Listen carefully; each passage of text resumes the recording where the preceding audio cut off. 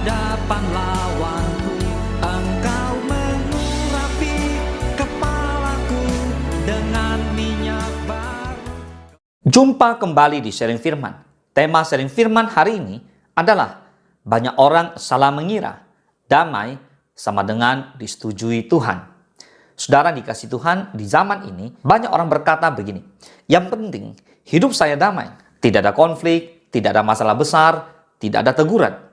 Lalu mereka menyimpulkan, berarti Tuhan setuju dengan hidup saya. Padahal Alkitab dengan tegas menunjukkan bahwa damai secara lahiriah tidak selalu berarti Tuhan berkenan. Ada damai yang berasal dari Tuhan, tetapi ada juga damai palsu yang menina-bobokkan jiwa. Hari ini kita akan belajar membedakan damai sejati yang datang dari Tuhan dan damai semu yang menyesatkan. Mari kita bahas. Yang pertama, damai tidak selalu berarti benar di hadapan Tuhan. Contoh, dalam Alkitab kita lihat bangsa Israel. Di Yeremia 6 ayat 14 dikatakan, mereka mengobati luka umatku dengan memandangnya ringan. Katanya damai sejahtera, tetapi tidak ada damai sejahtera. Saudara, bangsa Israel merasa aman. Ibadah jalan, bait Allah berdiri, tidak ada perang besar. Namun Tuhan berkata, itu damai palsu. Karena mereka hidup dalam dosa. Mereka menolak pertobatan dan mereka mengabaikan kebenaran. So, tidak ada konflik bukan berarti tidak ada pelanggaran.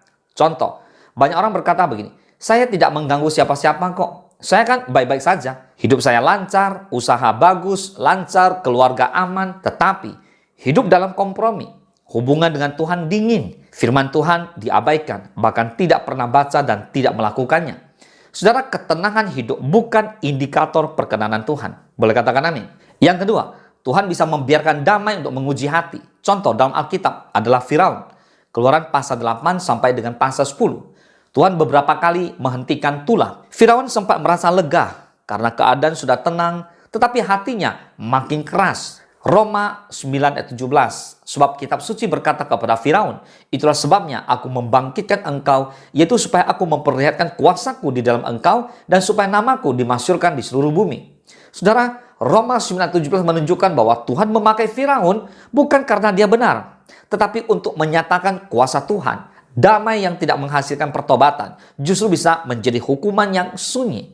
Contoh berikutnya adalah ada orang yang terus hidup salah, tidak pernah ditegur, tetapi diberkati secara materi. Lalu dia berkata, kalau salah, ya pasti Tuhan sudah menghentikan.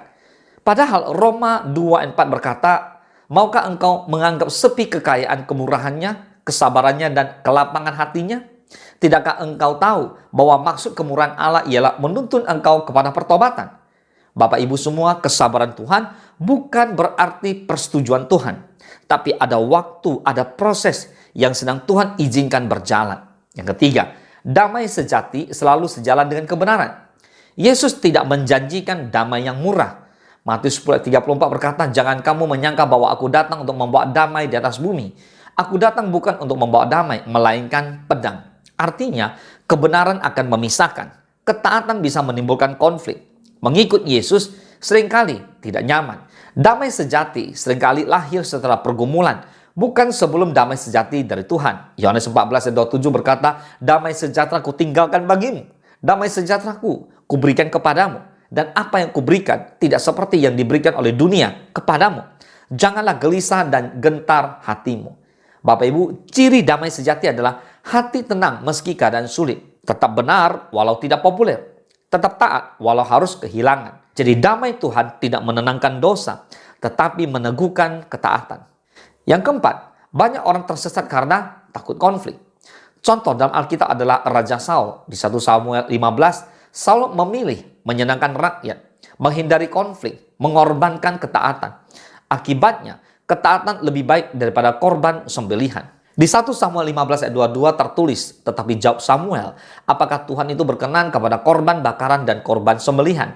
Sama seperti kepada mendengarkan suara Tuhan. Sesungguhnya mendengarkan lebih baik daripada korban sembelihan, memperhatikan lebih baik daripada lemak domba-domba jantan. Artinya, damai yang dipilih Saul membuatnya kehilangan kerajaan. Karena Tuhan mau ketaatan. Saudara, contoh umum, banyak orang takut ditegur, takut menegur, takut dianggap fanatik. Akhirnya membenarkan dosa, mengaburkan kebenaran, menukar kebenaran dengan kenyamanan. Bapak Ibu semua, damai yang mengorbankan kebenaran bukan berasal dari Tuhan. Catat. Yang kelima, ukuran disetujui Tuhan bukan damai, tapi ketaatan.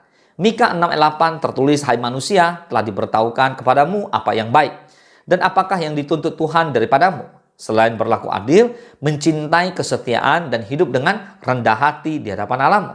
Bukan apakah hidup nyaman, bukan apakah semua orang setuju, bukan apakah tidak ada masalah, tetapi apakah hidup sesuai firman, apakah hati mau bertobat, apakah tetap taat meski sulit. Bapak Ibu semua, sebagai penutup, mari saudara, jangan tertipu oleh damai palsu. Jangan menyamakan kenyamanan dengan perkenanan Tuhan. Lebih baik gelisah tapi benar, ditegur tapi bertumbuh, sulit tapi berkenan, daripada tenang tapi sesat, nyaman tapi jauh dari Tuhan. Kiranya kita mengejar damai sejati, damai yang lahir dari hidup benar di hadapan Tuhan, bukan sekedar hidup tanpa masalah. Boleh katakan amin. Tuhan Yesus memberkati.